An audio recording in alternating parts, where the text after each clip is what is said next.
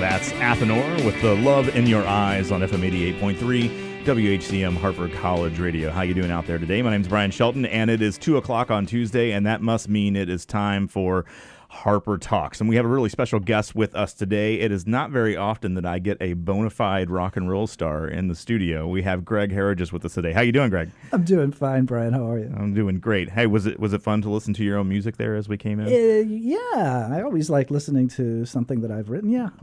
Or do you find it nerve-wracking a little bit? It can be both, but it sounds really good in these headphones. So it comes in handy. So you could play it again if you like. I will. We've got some of the other singles here that we'll talk about. So we've got all kinds of fun things to talk with Greg about today. He's been a professor here at Harper College for quite a long time. Started as an adjunct professor back in 1980. Yeah. But you have lived kind of an interesting life as a professor and as an author and, as I said, a bona fide rock and roll star. So it's been a trip. So tell me about getting started here at Harper College. How'd that come about? You know, I was a high school teacher in the inner city, and I had gathered a few degrees, and somebody said to me, you can teach college with your master's. I said, I can I? And so I have started applying, and I taught at various colleges. I taught at Columbia, Kendall College, when it was still a liberal arts Methodist school, and then Harper, and Oakton as well. Out of all of them, I liked Harper the best, always did. And it's just to cut above. And so that's how that started. And I went from semester to semester. And I got to know more of the professors and the administrators. And eventually, when an opportunity came to apply for a full-time job, I did. And I was lucky enough to have been chosen. That's great. Yeah, as we're doing the 50th anniversary of Harper College here, it's real fun for us to be able to talk to some faculty and staff who have been at the college for a long time and hear those stories. What was it like when you started back in the 80s here? What was the college campus like? What was the culture like? It was smaller. The English department was in the F building at that time. We shared that with the library. I don't know that the culture has changed all that much, other than the fact that now when I look back, I was with the old timers. I was the new kid, and now I am the old timer. So basically, the only thing that's gone by is time. I think the culture is pretty similar. I'm not conscious of anything being different. Okay. But it was great fun, and the students were great fun. And of course, when you're closer to their age, as I was at that time, there's a different kind of interaction going on. It changes as you get older. And it was great fun to be able to see them on a daily basis and see the progress that they made, and it was very enjoyable for me. Yeah. Now, I know as an English teacher, you teach I don't mean it in a demeaning way, but like the standard English 101, English 102, right? Yeah. But you do some other really cool stuff like Film is Lit, and then you have this really cool Beatles class here on campus. Can you talk to us about those a little bit? Right now in the autumn, I team teach with Tony Romano a class called Decades, 60s and 70s, which is Film and Lit 112 and Fiction 115. And we teach the top stories, fictional stories from the 60s and 70s, and as we see it, the top movies, the ones that were really influential on the culture. Right. What would be some examples of the really influential films? Well, what we do is we split it into units. We start off with Alienation. Okay. And for Alienation, we show The Graduate. And we move on to Stretching Boundaries. And with Stretching Boundaries, we show A Hard Day's Night. And, I think it was only 4 or 5 years later, Easy Rider. Right. Peter Fonda, Dennis Hopper. And we would move on from there to Alienation. Alienation, we've got The Swimmer by John Cheever, a wonderful short story. And eventually we get to War, because there was the war going on, and the big anti-war movement. Civil rights, women's power, we do that. And it's a chance for the students to experience those real crucial moments in the 60s and 70s, the protests, the changes, everything that was rapidly spinning out of control, I think, ever since the assassination of JFK. Right. And then we get to the 70s where the sort of hippie dream dies. Right around 1969, 1970, the Beatles break up, Right. And we have Altamont in 1969, that tragedy of a rock concert that took place out west. And the nice thing about it is this back and forth with Tony Romano, who's also a novelist. A couple of years ago, he was Illinois Author of the Year. Oh, okay. And he has a new novel coming out. It's the back and forth is great. We don't even rehearse it. I could, at this point, having taught with him so much, I could just look at him and know where he's going Right. with an idea. And the same thing goes for him. The Beatles class we teach in the spring semester, and that was originally started by Kurt Hemmer and me. And then Hemmer took over the rock and roll class, and I got the Beatles class and brought Tony Romano into that. What we do is we teach English 102 and Literature 105 poetry, and we thematically match Beatles lyrics with classical poetry. Mm-hmm. And as in all English 102 classes, we teach short stories, and so we have a collection of Beatle fiction, not written by the Beatles, but about the Beatles. We teach a play, but we teach a screenplay, the screenplay for A Hard Day's Night, which Okay. was nominated for an Academy Award. Alan Owen wrote that. And we needed to do a novel. So we teach The Catcher in the Rye. And that's because of the unfortunate crossroads of Lennon's murder and J.D. Salinger's The Catcher in the Rye. The man Mm-hmm. whose name we won't mention, Mm-hmm. who killed Lennon, said later on that he did it because he was inspired by The Catcher in the Rye to do away with phonies. Yeah. Didn't he have a copy of the book in his pocket? Yes, he had a as copy. well? Yeah, it was in Yeah. his jacket. Yeah. But that's The Catcher was always my favorite book anyway. I'm a huge Salinger fan, and so it does work out. It works. I want to ask you about Salinger, but before I do that, do the students know the Beatles? Yeah, some of them do. I Okay. mean, and you know why? It's because of their parents. Okay. And some of them come from fanatical Beatle households. Okay. Haley Reinhart came from a fanatical Beatle household, and she knew all about the Beatles when she was in our class. And to tell our audience who Haley Reinhart is. in case Haley was a Harper student who tried out in Milwaukee for American Idol, passed the audition, and went on to Hollywood and was the second runner-up. She came in third that year and launched her career. She's got a brand new album coming out this Friday called What's That Sound? Yeah, and you're doing an interview with her, correct? Just finished an interview with her. It'll be in the industry magazine, Pop Music 100. All right, all right. So let's talk about Salinger. Now, my memory might be failing me here, but didn't you write a novel about traveling across the country to meet Salinger? Do I have that right? Or Yeah, it's a memoir. it's a memoir? It's Okay. called J.D., A Memoir of a Time and a Journey. Okay. And yeah, when I was a high school teacher in 1978, at the very end of the school year in June, my girlfriend and I packed up a Volkswagen Rabbit and camped all the way to Cornish, New Hampshire, because I knew he lived there. I'd read a New York Times article about some reporter asking his literary agent if he was still writing.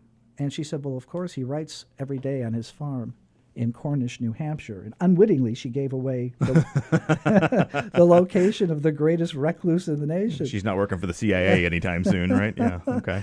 So yeah, we went out to find him. I had just published my first article in the Chicago Tribune magazine, the Sunday magazine. It was an article about street gangs on the northwest side of Chicago called "Inherit the Streets," and these were my students. And before it came out, we were on the Charlie Rose show at my students and I, talking about street gangs. Anyway, so that had happened, and I'd had that success, and so I decided to go find Salinger. And for some reason, I just knew he would talk to me. I just had that certainty. When we got into Cornish, I started asking anybody I saw at the side of the road, hey, could you tell me where J.D. Salinger lives? And they were very protective. They didn't want to say. One man said, well, I'll tell you. there's a store down at the flat. Why don't you go ask them? In the first place, I didn't know what a flat was. Mm-hmm. But we found the store. And I walked in there and started asking, and the woman said, "Oh, yes, I used to babysit for J.D. Salinger." And I knew I'd hit gold. Right. Her name was Ethel Nelson, and she sat for an interview with me. I recorded her. She drew me a map. I went to find his house, drove at his driveway. And as soon as I did, the dogs came out of a second-story flip-flop door with a spiral staircase and started to try to eat the car, so I got out of there. I decided I would write him a letter. He used to pick up his mail every morning at not at the Cornish post office, but at the Windsor, Vermont post office, which is just across the Connecticut River. There's a covered bridge that takes you into town. He used to do that to throw off the fans so that they would think he lived a state away. Mm-hmm. I wrote him a letter. I had a portable typewriter with me. I worked on it all afternoon and night, brought it to the post office, said to the postmaster, looked him directly in the eye, "Will he get this?" And there was J.D. Salinger, and he just nodded at me very solemnly. And so I told Salinger I'd be there in a couple of days, like on Thursday at 1 o'clock. And then my girlfriend and I went off to Seabrook, New Hampshire, where there was a anti-nuclear power rally, and I got to interview Jackson Browne and Arlo Guthrie.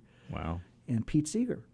What a trip. It was a trip. And then back to Cornish in a couple of days and arrived at Salinger's house. And it was a house with no doors, if you can imagine, except that little flip-flop door for the dogs. The garage door started to go up. And that's I found out later, there's a tunnel from the garage to his kitchen. And, okay, this is how much he didn't want people in his house. Wow. And he came out and he spoke to us. He spoke to us for about 15, 20 minutes. It was very kind. I was quite struck by his elegance. There was this elegant air about him. He'd stand very straight and erect, and he was a thin man with, a powder blue short sleeve Oxford cloth shirt, very East Coast, and even had an elegant Eastern accent, a bit, and liked a joke. And I had to ask questions that I knew would not scare him away. I had to go easy. At one point, he said, contact with the public interferes with my writing. I said, I understand that. He said, well, no, you don't. He said, because if you did, you wouldn't be here. And that set me back. And I said, all right, I'm sorry. If you'd like us to go, we'll go. He said, no, you seem like perfectly nice people. He said, and here you are. You might as well just ask your questions. And so and then he wanted to know all about the anti-nuclear rally. Oh, okay. And whether the governor had showed up, because the governor was on the side of the power plant. Of course. But he didn't, and there was no showdown. And he found that amusing, the fact that there were lots of jokes made at the governor's expense. So he had a sense of humor. And he told us who his favorite writers were, but he said, I will not comment on any writer who's still alive. He said, I don't think that we should judge our colleagues. And then he came through with a list that was pretty much what I expected. Dostoevsky, Twain, Proust, Fitzgerald, Ring Lardner. I'd read that those had been his influences anyway, so he wasn't really giving away the farm. But the fact that he came out to meet us made it newsworthy. And I sold it to Hugh Hefner. Okay. And I decided to write that book so many years later because I never told the actual story of what that trip was like on the road, and it was quite dramatic. I'm not going to give it away, or else nobody will read the book. Can we get the book? Oh, sure. Yeah. It's available online, and you can order it through any bookstore. Okay. It sounds like it's dying to be made into a movie. It's funny you should say that. Yeah. Yeah, we're looking into representation right now for movie rights. So, I'm going in that direction. Okay. Yeah.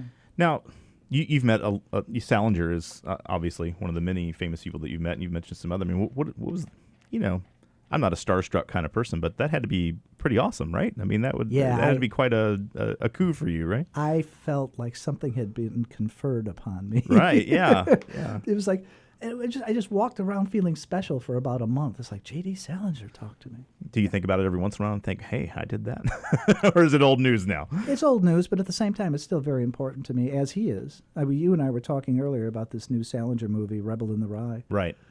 And I went to see it, and I had to see it because it's so much a part of my life. He's so much a part of my life, and it was basically the catcher in the rye that made me want to be a teacher in the first place. Right, right. Speaking of other famous people, you were responsible, along with some others, in bringing Kurt Vonnegut to the Harper College campus back in 1991. Can you tell me about that? Yeah, that was one of the most special days of my life because I got to spend real time with Vonnegut, not just 20 minutes. I'd been a big fan since I was 13 when I read Cat's Cradle, and I was teaching Slaughterhouse-5 at the time. So, yes, I lobbied very hard the Cultural Arts Committee to please bring in Kurt Vonnegut, and we did. And they made me responsible for being his chauffeur and guide. Poor you. Yeah. I picked him up at a hotel right on Algonquin. I was waiting for him to come down. I had asked the hotel clerk, to ring up his room and tell him I was here. And it was kind of a gray day. I think it was September or October. And I was looking out the windows. I was daydreaming, and all of a sudden, I turn around. There's this very tall fellow in a suit with this Mark Twain hair, you know. And he said, so they're the one that they sent to get me. I said, yeah, and I introduced myself and took him out to my car, which was a spiffy little black sports car. He said, how fast will it go? I said, I don't know. He said, well, let's find out.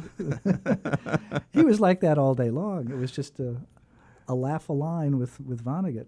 And I was able to introduce him to the English faculty, and the president of the college at that time was Paul Thompson. We had a little lunch with him, showed him around campus, and then had dinner with him with a couple of other faculty members, and he told us all about famous World War I battles. He had quite a knowledge of both world wars. And of course, he's a great storyteller. Mm-hmm. So we were in good company, and we stayed a little bit too long. I had to get him back to campus before 7 o'clock. He was going to go on at 7 or 7:30.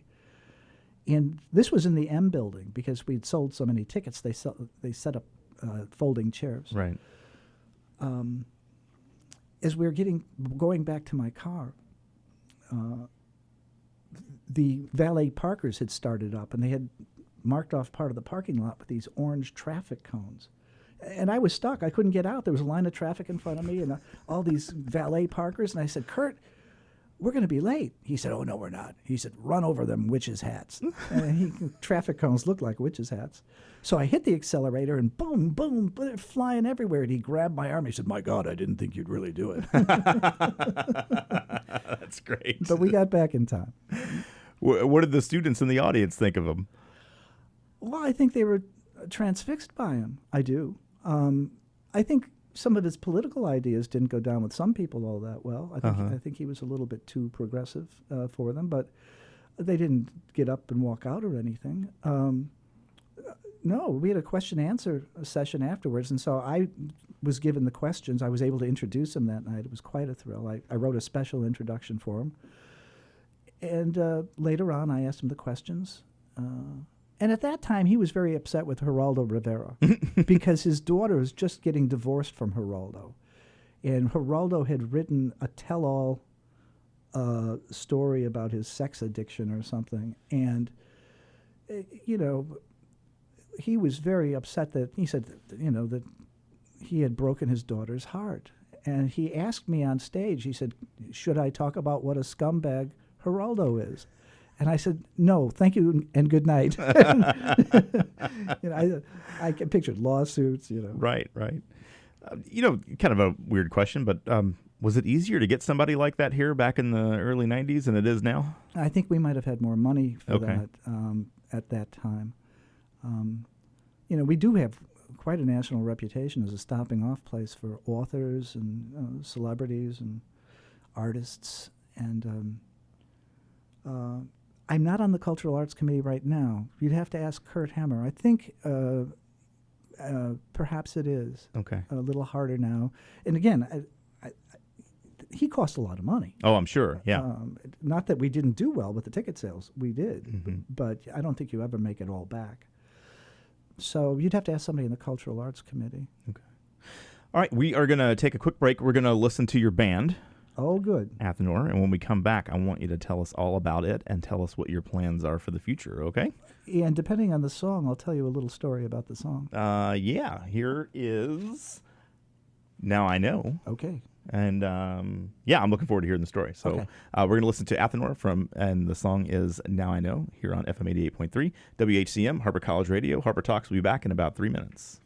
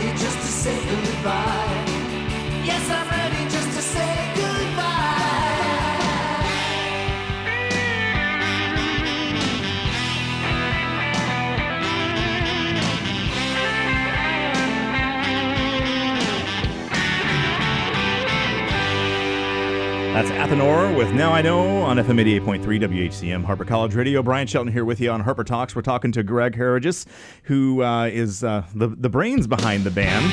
So let me ask you a question. I don't think it's fair. I guess I'm making a statement. I don't think it's fair that you get to be this great English professor, this great novelist. You get to meet J.D. Salinger and hang out with Kurt Vonnegut, and also be a rock and roll star. Wow. How does this happen? You know, it was very lucky. When I was 23, I had a psychedelic rock band, sort of power pop psychedelic. And we recorded 3 singles for a small Chicago label, and they didn't do much. I mean, it was fun to hear yourself on the radio Sure. coming home from school, graduate school. But they didn't do much. And so my musical partner, Rick Wittenson, we'd been playing since we were in high school, became a lawyer, and I became a professor. And, you know, we raised families. And about 4 years ago, I got an email from a man in France, Alexandre Monsuet, who said, "Hey, I've got your song on the CD, but do you have any original vinyl you could sell me?" I don't even know how he found me here at Harper College. Sure. And I said, "What CD?" Apparently, we had been pirated by a British record label, one of our psychedelic songs, on a collection called Psych Bites 2. We tried to put them out of business, but we couldn't even locate them. Once we started looking for them, they had their phones disconnected. But the amazing thing was that record labels from Europe, which is where this thing came out, started asking if we had an album they wanted to sign us to a record deal. We didn't have an album, but I had all the master tapes, including all the demos that we recorded all that time ago. So we took them to a studio and had them turned into WAV files and spent the next 2 months every weekend in the studio putting together an album of 12 songs. And within a month, we signed a record contract with Grierson Records of Spain for 12-inch LP and a CD called Flashback. We thought that would be funny, calling it Flashback, since we were supposed to be a psychedelic band. Sure. Yes. And psychedelics are supposed to allow you to have flashbacks later on in life. That's just a rumor. And it came out, and it did well. We got rave reviews. And so they signed us to a second contract for another album. And that one was called Inside Out, the Demos, 1973 to 1977. And that came out and got rave reviews. So we went back into the studio, my partner Rick Vittinson and I, and recorded a whole brand new album of songs I had written and one that I had written with him. It took us about a year and a half to finish it. And we had some great guest musicians on it, including Haley Reinhart's father, on lead guitar on 2 of the tracks. The other one he's on is called Rock and Roll City. Brian Cremens of our English department helped us out on lead guitar with that song you played at the beginning of the show, The Love in Your Eyes. Quent Lang of the Mauds, saxophone player. The Mauds were a Chicago soul group. Quent also played flute on one of our tracks. So we were very fortunate to have people come in and contribute. And our bass player is John Belpedio. He's with a group called Almost Joe. And our drummer is also of the Mauds, Chris Drehobel. They were our rhythm sections. So lots of overdubs and great fun, fun. The new album's called, what's it called? What is the new album called? I can't even think of the song. Oh, Hills of the Universe. Hills of the Universe. Yeah, the cover looks like there's Saturn and there's a comet rushing by it, and it says Hills of the Universe, Athanor. So a tour coming up with this? We're not going to tour. I mean, we're going to do some live shows. We've played at the Hideout in Chicago. We've played at the Empty Bottle on Western in Chicago. That's always great fun. How is that at this point? Like, you try to be a rock and roll star when you were young, and now, you're at this point in your life, and now you're playing the Empty Bottle. What was that like for you? That was, I get stage fright. And in the recording studio, you can make as many mistakes as you want. In live, you can't do that. We rehearsed a lot, and we were good. If I do say so myself, we packed that place. I think there were over 300 people in the tiny little place that night, and it was fun. Harry Reinhart played live with us. It's always good to have somebody who's that good of a musician. But as I say, I'm always a little bit nervous before we go on. Yeah. It's not like teaching. It's not like getting up in front of a classroom and talking about, Mark Twain or something. Yeah. I still get nervous getting in front of the class, but yeah, not as much as I used to, that's for sure. So. Now, not giving away the story here, but you and I have talked a little bit about that you might be at a point where you want to retire from teaching because you want to write full time, and you've told me that you've got 2 novels in the works. And I talked to you the other day, and I said, well, what are they about? And you said, well, I don't really like to talk about them too much while I'm writing them because you don't want to give away the character story and such. But can you give us a little bit of a lowdown of what's going on there? Yeah, one's an adult novel, and the other one is sort of a young adult novel. I can talk more about the young adult novel because more of that is finished. It's called Afterworld, and it's about a young boy who loses his father. How young is he? I'd say he's about 12 years old. No, he's younger than that. He's about 11. And he, through a strange set of occurrences, he is injured and has a near-death experience. And for a short time, he's reunited with his father in the world beyond. But he gets stuck, and he can't get back to Earth. And so most of the story is him trying to get back. And I like it. I mean, I feel good about it. I feel it's almost credible. It just because of his voice, I found the right voice. It took a while. The other novel is called The Shadow People, and it has to do with aliens. And that's all I'm going to say. That's all you're going to say. Okay. Well, it has been an absolute pleasure talking to you. I could sit down and talk to you for hours. The half hour went by very, very fast. So I appreciate you coming in and talking with us today. I hope you don't retire too soon, because I'm enjoying being able to chat with you on campus, especially these few minutes we have between classes together right now. We're in the same building. It's nice. So, thanks, Brian. It was my pleasure. Thanks for coming in. We're going to listen to one more track from Athanor on our way out of here. And you're listening to FM 88.3, WHCM Harper College Radio.